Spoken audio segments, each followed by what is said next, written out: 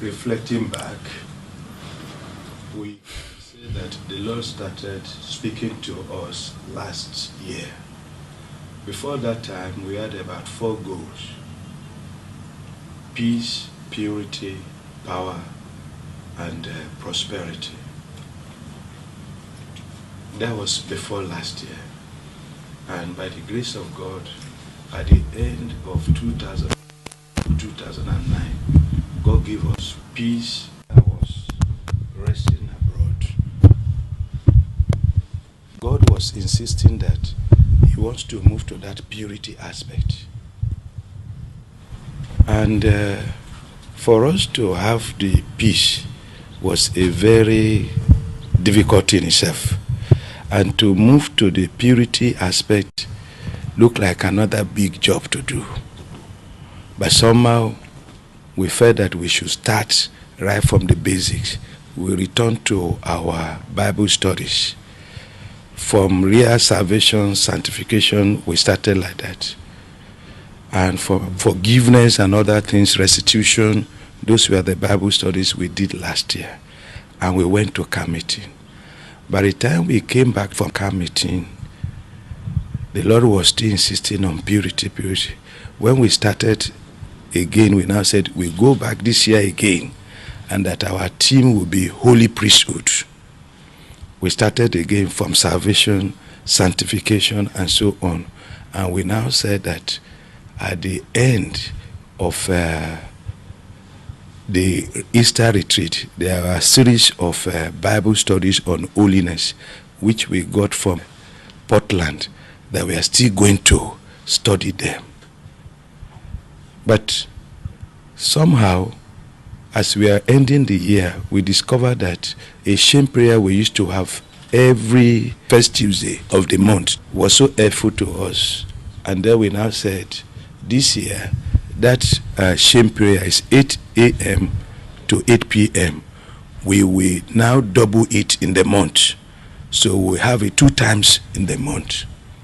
And the people were faithful to it. But one thing that I discovered is that I believe one of those prayers, the prayer item, God is answering it. We said we don't want to live in darkness concerning anything that affects us in the church, that God should throw light on almost every shame prayer. We were saying that. And somehow the Bible study, the Sunday school of this year, I think is an open thing to everybody. And that was, I think I remember a particular day that during the shame prayer we were saying, okay, there was the story of a minister that God showed that 2 out of every 100 are the people he's going to pick in his church. And then what will be the quantity in our church? That's in fact, it's the headquarters branch. And we kept doing whatever we were doing, only for this young man to come one of the days to say that his pastor sent him to me, that he has a message. His pastor had earlier called me that I think he wants to send him to me, that the boy will tell me.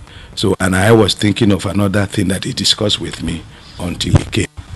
The whole story is looking at a number of things.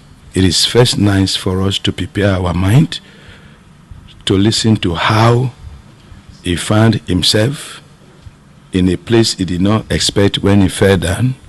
2, how he was brought back to his room, how Jesus took him from his room to a particular road, how he showed him several things in that road, and how he took him away from that road to view the state of 2 churches in the district headquarters and one of the branches. And the essential issues that we need to see is what is typical of people in the church. But essentially, in all these things, Jesus is looking at the quality of salvation of everybody in the 2 branches. And then when they finish at that point, he was taken to a place that one could regard as the road, the real road to heaven. and the encounter that happened between him and Jesus Christ, why he himself could not enter heaven and he had to be taken back. And one of the core issues in the return journey is a discussion Jesus had with the angel that has been guiding him and what was brought out of it. And by the time they return, we'll need to really focus on what happened before he left, why they say he should come back. And when he returned back home, what was left behind, which is a cloth with the end-time message. I think we should be ready to look at the end-time message because the cloth is here. Brother, can you please introduce yourself? Thank you. My name's Michael Shigaba. I came from Epasa local government in Kogi State, Nigeria.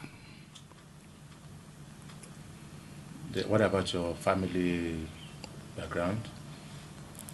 My family background, they were pagans. They don't know about the gospel of our Lord Jesus Christ. But the mercy of God drew me out from that family, and he saved my soul. That was 1995 in one of the branch church in Gomo, Ilorin, Kwara State, Nigeria. Which church do you attend? I attend Apostolic Faith Church. Which branch? Gwagwalada branch in Abuja, FCT. We understand you have a revelation. Can you tell us how it started? Thank you. The revelation I have started with a sickness. It was on Sunday, 7th of March, 2010, after the evening service. The sickness started. In fact, before I reached home, it became worse. When I got home, then that time my wife traveled to Zaria, and I remained alone. So that very night, I was telling God that please come and heal me. Even someone that will help me, that is my wife, she's not around. But you are always around, so come and heal me. The following day, being Monday, the sickness became worse. I was so weak, there is nothing I can do on my own. Around 12 p.m., one of our brother came. He prayed with me. He said, Jesus is going to heal you. I should not worry. After the brother left, it became worse. On Tuesday, that is the day that I was about to resume. How will I do it? I have to force myself to report in the office. Immediately I go to the office, they look at me. Some of my colleagues say, Mike, you are sick because we can see it. Why can't you rest at home? I said, if I stayed at home, nobody will take care of me. So it's better for me to come around. It's okay, why can't you go to the hospital? I said, no. Even if I open my mouth, those that knows me, they say, no, Mike will never go to hospital. Let him just rest. And there I rest. On Wednesday, which is the 10th of March, they used our staff bus. They took me back to the house. When I entered my home, I started praying. I told God that, God, I don't know what to do, but you knows everything. Just come and heal me. Around 4 p.m., I came out from my sitting room to the kitchen just for me to have a glass of water. After I drank that water, I was going back. One of my right leg hit the step of the entrance. In fact, I don't know how I would describe this God of heaven. I fell down and my head went straight to the center table, which is a mirror like this. And immediately I fell down. Do you know where I found myself? I opened my eyes on top of my mommy's grave in the village at Kogi State. That is Oden Pastor Local Government. Where am I? Is it a dream? I look round. This is my mommy's grave. The woman just passed away on 13th of February this year. After some time, the whole place became dark. Very dark. And everywhere silent. I said, what am I doing here? After some minutes, I saw a bright light. Very bright. In fact, I cannot control my eyes. I cannot look at that brightness. I have to use my right hand and cover my face. I said, what is happening? After some minutes, I saw a man with white garments, very tall, and he was holding a sword in his right hand. He was coming towards me. And when he came where I was, he looked at me. He used his sword and pointed to me. He said, take that word of God. Behold, it was a Bible. Very big Bible. And when I was there, there's nothing like Bible. He said I should open Proverbs chapter 5 and read verse 21, which I read. He now asked me, have you read? I said, yes. He said, okay. We are going back to your house now. Immediately he said it. I found myself with that angel, that white man, inside my bedroom in Gwagwalada, Abuja. And inside that bedroom, there's another man again. In fact, the whole place, that room was full of light, bright light, more than the one in the village. The man sitting beside my bed. There was no chair inside the bedroom. The man was sitting down on the chair. In fact, this man with white garment. In fact, the garment is so white, whiter than the other one. And the face was so bright. I cannot look at his face. He now asks the angel, said, are you back? The angel bowed down. I said, yes, I'm back, master. He said, okay. He called my name. He said, Mike. I said, sir. He said, do you know who is talking to you? I said, no, sir. He smiled. He said, you don't know me, but you have my picture in your house. But you don't know me. I am the master. I am Jesus. Immediately he said, I am the master, I am Jesus. I became weak. Then I was not able to look at him direct. He has to use his right hand to just as if he just cleaned his face. Then I was able to look at him. It was wonderful.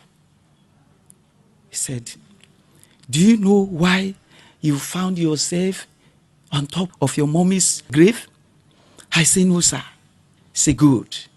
It's because you love that dead woman than myself. Was your mother a Christian before she died? No, she's not a Christian. But we have passed that wonderful message of redemption to her. I said, sir, I was about, he said, no, just with a gentle voice. In fact, I can't describe how that voice is. Very gentle. He said, no, don't argue. Yes. And right then, I know that yes. He said, what he used to do for me, since we came back from your mommy's burial, you have stopped doing it. You used to pray for 30 minutes every day for the work of God. Have you been doing it? I say, no, sir. What about the highways, the tracts that used to give people even at home, in the place of work. Have you been doing it? You have been doing it secretly. Nobody knows. But we keep the record. I was speechless. I was just looking at him. He said, Mike, with smile, he said, that is why you found yourself on top of your mommy's grave, because you love her more than me. Now, we are going for a long journey. Immediately he said, we are going for a long journey. My mind think of money. I now open up. I say, sir, there is no money I have. The only money I have is 2,000 inside my Bible. He looked at me and he smiled. He said, Mike, the journey we are about to go doesn't need any currency of the world for that journey. Just dress yourself. I look at my standing hanger and I brought out the cloth which I have already ironed, and I dressed myself. After I dressed myself, he looked at me. He said, Mike, with smile, he said, that dress you are putting on will not qualify you for the journey. What dress was that? Shirt and trousers and shoes. I said, sir. He said, no problem. Don't worry. I am going to dress you well. I said, immediately he said, don't worry. I am going to dress you well. Ha! How we disappear from that room, I cannot tell. Is it through the window or through the door or through the roof? I cannot tell. Where I found myself with Jesus and the angel, it was a big, very, very big roundabout. It was a roundabout, very big, well decorated with flowers. In fact, my mouth cannot describe that type of flowers. I have never seen that type of flower in this world. Then the glass that they used to decorate that roundabout. Brother Michael, sorry. Sir. When you got to that roundabout, what dress were you wearing? Then this time around, I was with white, like Jesus and the angel. So, that place, I cannot describe how that place looked. Then there were two roads, one by the right, one by the left. And Jesus told the angel, lead him to the right side. I was following the angel. As I was following the angel, we started the journey from that roundabout. We followed. In fact, the road was so narrow, very narrow, that the two sides of the road were decorated with flowers again, just like the roundabout. The flowers, oh, what beautiful flowers, which my mouth cannot describe. The flowers. The road was in the middle of that flowers. But very rough. In fact, I cannot trek fast in that road like the angel did. By the right, there were white garments on top of that flowers. White garments. Some garments were old, some were new. And some, just like this flower is on top of this table, you see broom, you see packer, you see towel, this small towel, on top of some of the garments. Then the left side of the road, there were instruments, music instruments. You talk of violin, trumpet, many. Then the songs book that the choirs, the orchestra use for the service of the Lord, they were there. I look around. Then I asked Jesus that, sir, what are the one of those things? The garments. You look at me, you say, oh, you are wise to ask that question. I'm happy to hear that. Yes, I'm happy. He now said, these are the garments of salvation. That the moment a man or a woman became born again, pray through to salvation, the God of heaven gave them this garment of salvation. They belongs to the children of God. They have dropped them on their own. That is what he said. He said, those ones that you see broom, packer, and towels, they belong to some ushers. And those are the brooms that we used to clean as usher. Huh? He said, the instrument, the songs book, they belongs to the choirs. They have left. Oh, they used to praise God. They used to praise us, to worship God. But they dropped them and they left on their own. To where? He said some of them were in miracle centers, which himself is not there. That is Jesus. He said himself is not there. There is one particular white garment, very fresh, new. I touched that garment.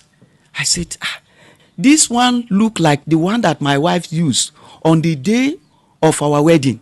He said, you want to know the owner? I said, yes. He said, just wait until we cross over there. I will show you the owner of that garment. The road. He now said, do you know this road? I said, no, I don't know this road. He said, this is the road that leads to heaven. Very narrow.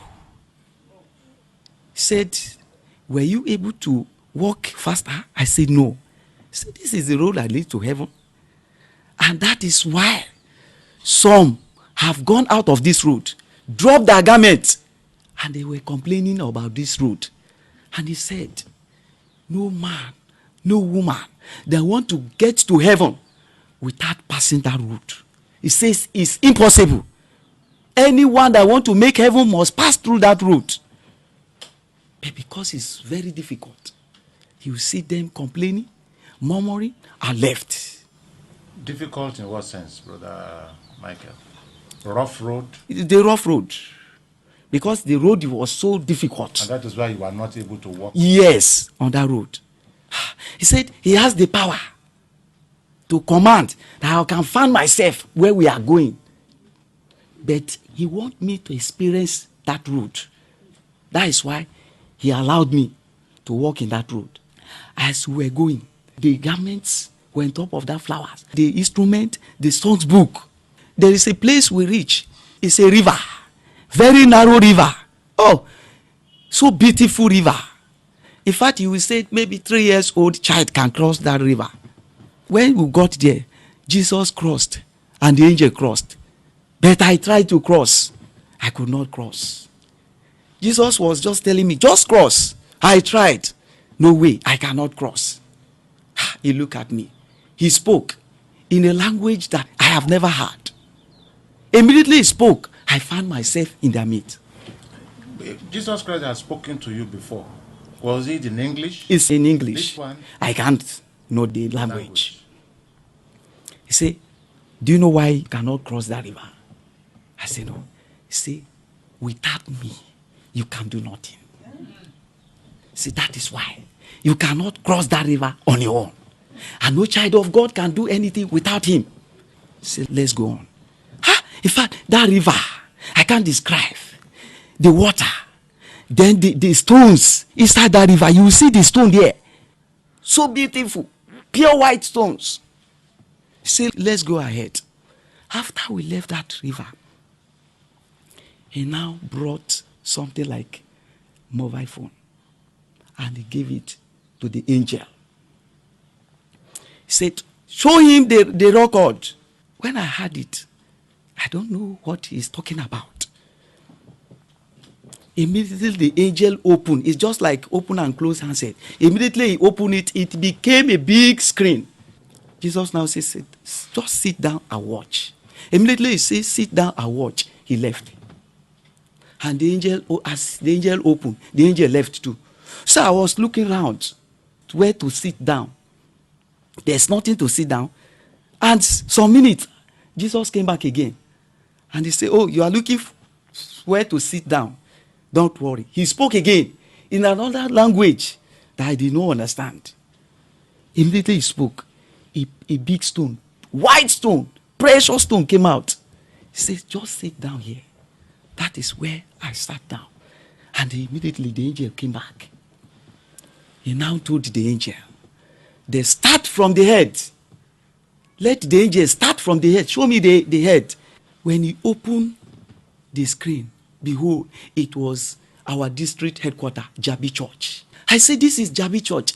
He said, yes, you know this place. I said, yes, this is our district headquarters. He said, okay, let the angel open the inside. Because that was the outside. Then they opened the inside. Oh, the congregation. As I was watching, I saw myself again in that screen, following Jesus. As we just enter, the ushers, we started from the usher. Oh, some ushers were putting mask on their faces. Mask, starting from the ushers. Then the congregation, majority were putting mask on their faces. Then Jesus now asks, do you know those people that were putting masks? I say, no. He said, their salvation is fake. And they are still in my house. Were you able to recognize anybody? No, because the mask covered their face. That had their faces? But those that did not put mask on their faces, the light that shining on their faces more brighter. But I can still recognize some faces in the congregation. Don't worship there. Not much people. Then, after the congregation, the platform, the minister seat, it's just few ministers that were putting that mask. I saw our overseer. I said, this is my overseer. This is our overseer. He said, do you know me? I said, yes. Oh, the face was shining. I was not able to look at his face the second time.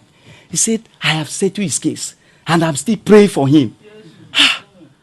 After that, I saw the wife, our mom. He said, do you know her? I said, this is the wife. This is our mother. I have settled her case, and I'm still praying for her. Then the assistant overseer, Brother Hope, the same thing. And other ministers followed. He said, I have settled their case. And those in the congregation that their faces were shining, the same thing. He said, I have settled. They belongs to me. Then the choirs, majority were putting masks. Majority. See, you see them? They are having fake salvation like others in the congregation. See, they don't belong to me. But one thing Jesus said, he said, if they can come back today, they will pick their garment of salvation. And I'm going to receive them again. After that, he now told the angel to bring another group. 2 groups. The first groups, they were women. In fact, the way the worldly women used to chew chewing gum, that is how their mouths were so busy. Very busy. He said, do you see those people? I say, yes. He said, that is their own department in my house. That is their own work. I was surprised. Then this. Which work? That's their department. Yes. What that is gossiping, by. You understand? He said that is their own work. Then the other group, the second group, they were well dressed. These costly clothes. They dressed well. All of them were holding food flasks. All of them. As they were holding the food flask, I saw them busy checking other people's food flasks. Jesus said, do you see them? That is their work again.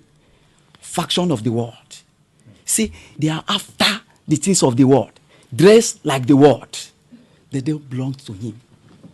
And you see them, they are checking other people's food. They want to know the kind of food so family cook.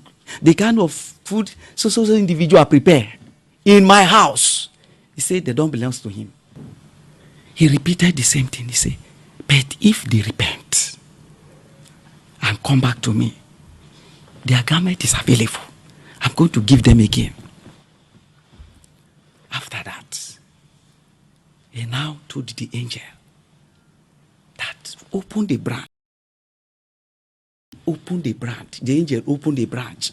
Behold, it was where I was worshiping, the Gwagwalada branch. I said, this is my church. He said, yes. You know this place? I said, yes, this is my church. He said, okay. Behold, all the members, starting from the pastor, Reverend Chima, he was there. He's the first person in the queue. One single line. They said I should open to 1 Corinthians chapter 14. I should read verse 40. It talks about doing things decently and in order. You see, heaven is a earthly place, decent place. But some people are doing things anyhow in the house of God. You say, in my house, they are doing things anyhow. You say, look at single line, starting from the pastor. And each, both the children and the adults, they were holding golden staff. Golden staff. Each. And there was a fire. Very big fire. Before you cross that fire, you have to put your golden staff inside that fire. Jesus said, just watch and see. The first person is the pastor. When the pastor got there, he put his golden staff. Immediately, the staff came out, back to his hand, and he crossed. And the next person is the assistant pastor. He put down his own staff. It came out again. And so the wife of the pastor, the same thing, and others. You see that staff represent, that Jesus talking to me. He said that staff represents their salvation. That those that their own came out and they were able to cross, their salvation is genuine. It belongs to him. But there are some that cannot make it. When they put their staff, it remains there and they cannot cross. But the children's own, it's automatic. Automatic. And those that are at the age of accountability, they cannot. They didn't cross. And what happened there is that maybe a husband crossed and the wife failed to cross. You see the husband begging. Jesus said, you see, there is no begging here and there is no help here. Except when they were on earth, that they can beg, they can help each other. When Jesus called that name, earth, the word, is then I remember that, did I came from another place? Said, those people, their own salvation is fake. Some, their mind is not there, but they are still in my house. You see, some, because of little problem, they left. Some, because their prayer is not yet answered. They cannot endure. They left. They now brought out someone, a sister. I know the sister. I called the sister's name. He said, you know her? I said, yes. He said, that is the owner of that white garment, fresh one, that you saw on the road. And you say you want to know the owner. That is the owner. And I know that this sister was preparing for her wedding. And the wedding is outside the church. I say, he said that is the owner. It's just of recent that she dropped her own garment and she's going into the world. But if only she can turn back now, I'm going to receive her back and give her a garment of salvation. He now said, I should read, that is Proverbs, chapter 6, verse 27 to 28, which I read. It is a question there. After I read that place, he said, do you see that place? The reason why their cloth is not yet born is because of his mercy. The reason why they passed that hot cold and their feet did not mourn is because of his mercy. But very soon, he said very, very soon, his mercy is going to cease. The door of mercy, he's going to close the door of his mercy. And there will be no mercy again. The Bible that you read. Yes, sir. Where did you get the Bible from? It was from the screen. But in the grave, in the village, it was Bible. I hold it like this. But in the screen, he said, read it. And behold, the chapter is there. The verse is there. Then, the angel, after I read that place, The angel now asked Jesus. He bowed down himself. He said, Master, what is the next for this man? Say, let him read Daniel chapter 12 and verse 13, which I read. Said, take him, let him go and rest, just like what he read in that chapter. Immediately he said it. I found myself in another place this time around. The road, the road, gold. In fact, I cannot describe how that road is, with flowers again, decorated with flowers. It's different from the other road, the first one. When you are walking, you will see yourself as you are. Oh, I was afraid. The angel looked at me, said, are you afraid? There's no fear here. You will not fall down. You are free. Walk as I'm walking. In fact, I can't describe that place. My mouth cannot describe that place. That place, so beautiful. The kind of breeze, the kind of cloud, the weather. In fact, I was so happy. And immediately I forgot of what I saw in that screen. I forgot about it. Very beautiful place. In fact, as if there's another peace, joy in me as I was moving, following the angel. It was a beautiful place. A place that I can never forget. I can't forget. I used to travel with my director in a place of work, going to many places. But I have never seen such a place that I can compare with that place. It's a beautiful place. When, as I was moving together with the angel, somebody touched my back. I look, behold, it was Jesus. See, look at your right side. I look at my right side. Behold, my wife and my senior brother and the baby. Say, do you know this face? I say, yes. This is my wife. Say, what about? I said, this is my senior brother. He said, what about that baby? I said, my wife, she's still pregnant. He said, that is your baby. Talk about your baby. That is your baby. They were with white garment. My brother, my wife, and the little baby. They were by the roadside, smiling. Look. And before that, on the front of the road, there was a big gate. Very big gate. Oh, the place we were very far.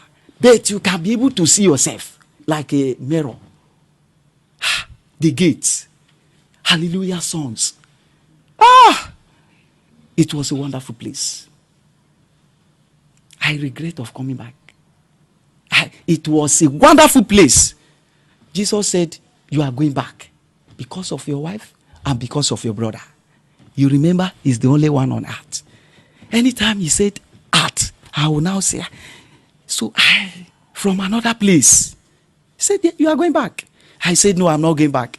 He said, listen, with his gentle voice, say this place is obedient. There is no disobedient there. He said obedient. Whatever you hear here, just obey. I was not happy. I know after my God is my wife. I love my wife.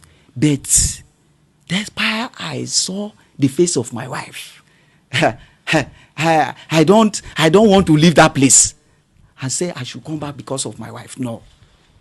But that place is whatever they tell you to do, you have to do it.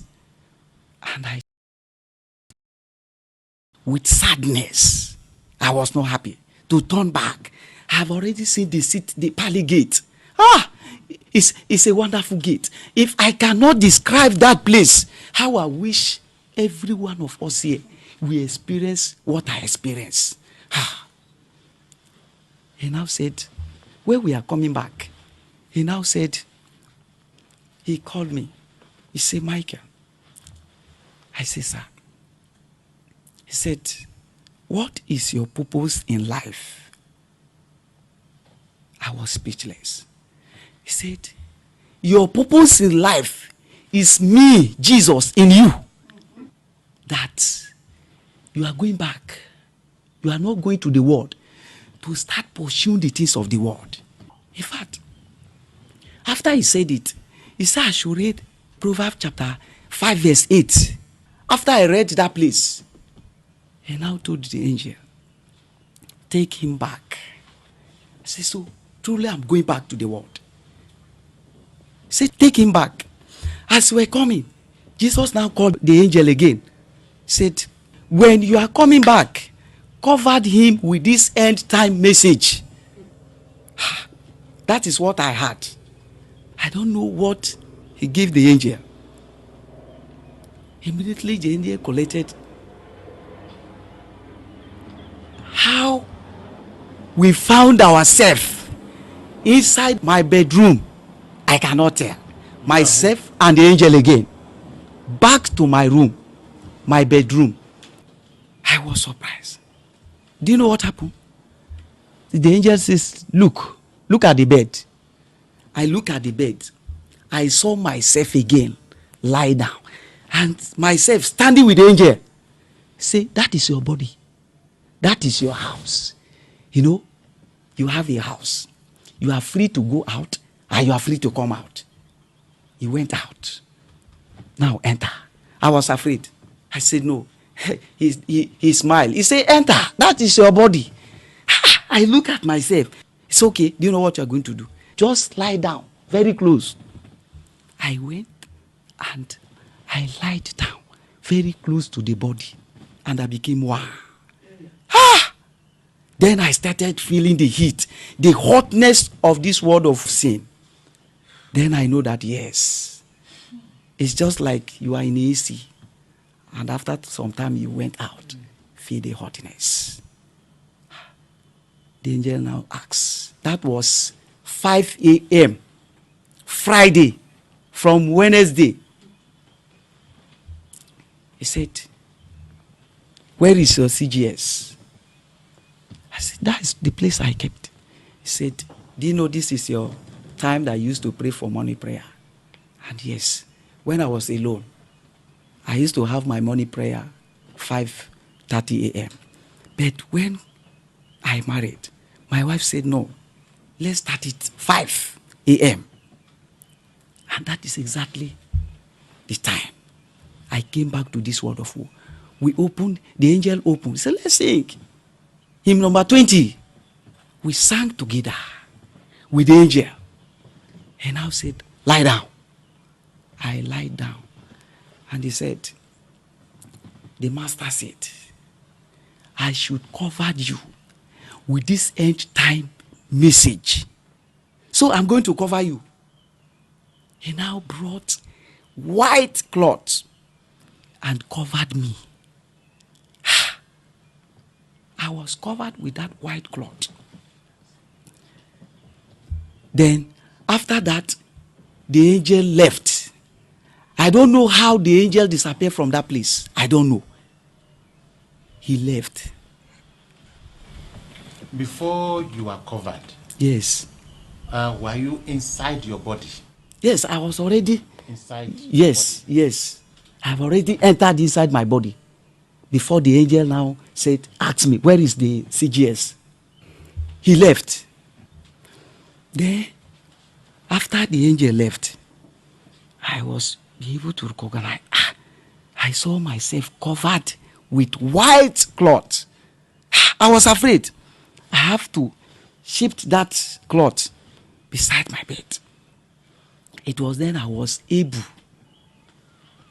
to use my handset and call one of our brother to come and pray for me. In that text, I told him that I was inside my house since Wednesday. Let him come and pray for me. When the brother came, it was around 6. The brother came. He said, Bro Mike, what is the problem? That since Tuesday has been trying my line till Wednesday. And sometime if he tried, it rang before they will say it's switch off. And then when they were there, the angel and Jesus, anytime my phone rang, the angel will just off the handset. Say, this is not time for you to receive a call, before we left. Now, when you came back, Yes, sir. you were dressed in your natural something. What happened to the dress you were wearing? When I came back, in fact, the only thing is the cloth that the angel used to cover me and my knicker. The dress that I put on for the journey is that brother that I call. Is the one that picked that dress from the floor with my shoe. Wearing before. Yes. But when I came back, I just found myself covered with the cloth and my short knicker. Then when the brother came, he said, what? What's the problem? That I has been trying. I say, yes. Heaven visited me. That the sickness is for our own good, is for our help, is for the glory of God. What about your knee? You know, we started with that. You were sick, you had a bad leg, and you knocked your head. Yes. So when you came back, Yes. no more pain. No more pain. And when the angel was going, he said, do you know that Jesus has healed you? And before he left. But the leg is because of that walk that we walk on that road. My leg became heavy. But the head, the pain disappeared. But these two legs, I was not able to walk with it. Then, it was when the brother came and prayed over me that I was able to walk again. Then I now told the brother that, look at that cloth. He said, white cloth? How come? I said, the angel covered. He said, He said, a long journey. Truly it's a long journey. I said, yes. He said, this cloth, that he was able to touch the cloth. He folded it with fear and kept it somewhere. He prayed over me, and then he was preparing to go to work. So he said, when he comes back from work, he will hear better. Then he has called my senior brother from the town to come down. When that brother left, it was around 12 p.m. that my brother came. When he entered, he said, what is the problem?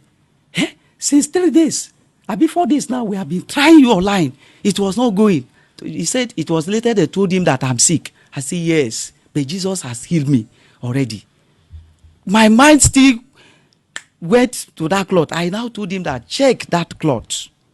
He said, which cloth? He looked at the wardrobe. He said, he was afraid. He said, this cloth is not ordinary. Where did you get it? I said, yes. I traveled with Jesus. For him to touch that cloth, he was afraid. I said, just try to open it. It was when he opened it that I noticed there's something. There is a written there. Even myself, I didn't know that there is a written there. He said, this is blood. The brother started weeping. He said, this is blood. How do you wound? I said, no. Jesus said, that is the end time message. Can you read it? He read it. He said, Jesus is coming soon. He started weeping. He started weeping. He said, and we can handle it. You can touch it. And when we are coming back, Jesus said, when you go back, tell the head of the church. That is what Jesus said. Tell the head of the church. That is what he said before we came back with the angel. My brother, I now fold it inside black nylon, and I tie it. On Sunday, I went to the church. I met the pastor.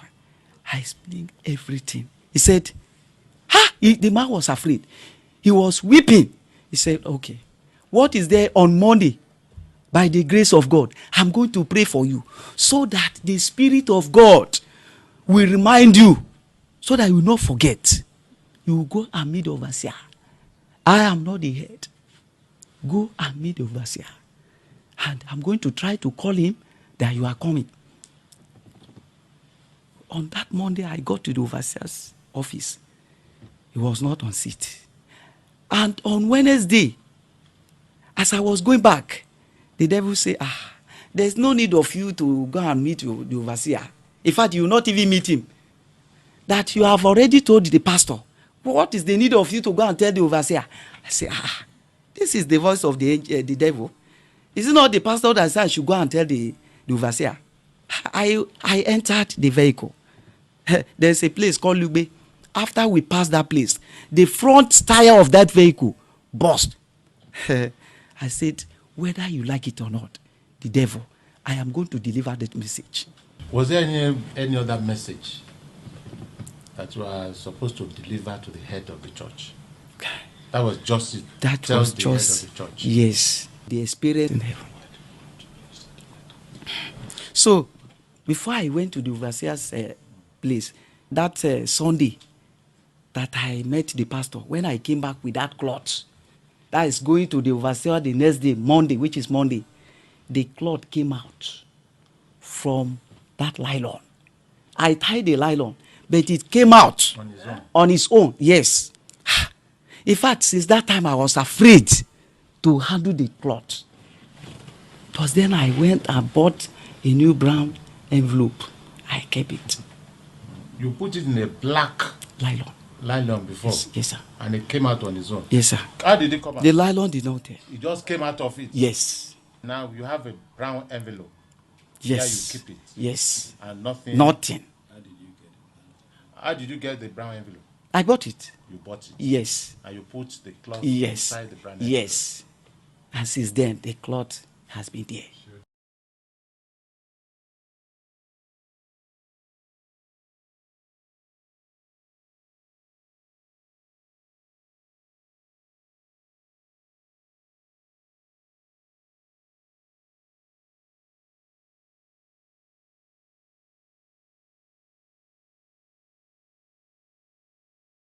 The name of two people you mentioned. You didn't mention their names. The first brother that you called when you came back to your senses. Yes. And then secondly, your brother that came to your house. The first brother that I mentioned, his name is Brother Meji Yusuf. He's the organist in our church. Gwagwalada Church, okay. By the grace of God. And the second brother is my senior brother. That is Brother Samson Shigaba. The same person you saw? On the road to heaven. Okay. Yes. On that Wednesday that I finally met the overseer, as I was coming back, I started praying, telling God, committing my wife into his hand, that God should please undertake for her on the day that she will deliver. Let her deliver safely. God said I should stop praying. I should start praising him. And immediately I start praising him. He now says, stop. He now asked me a question. Can I remember the date of my wedding? I said, yes. It was on 19th, Friday, September 2008. It's okay, watch that I'm going to surprise you on that 19th. Then I don't understand. I continue praising him.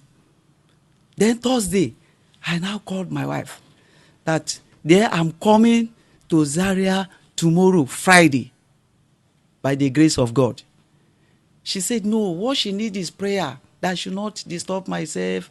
The money I have, I should be managing it. That the brethren are praying for her and I should just be praying. I say, no problem. God has already made a way for me. I'm coming down.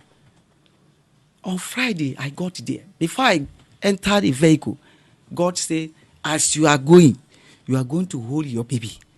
I say amen. Twice. When I got there, I look at my wife. She said there, yesterday that you called, which is Thursday, immediately you finished talking with me, the labor started little.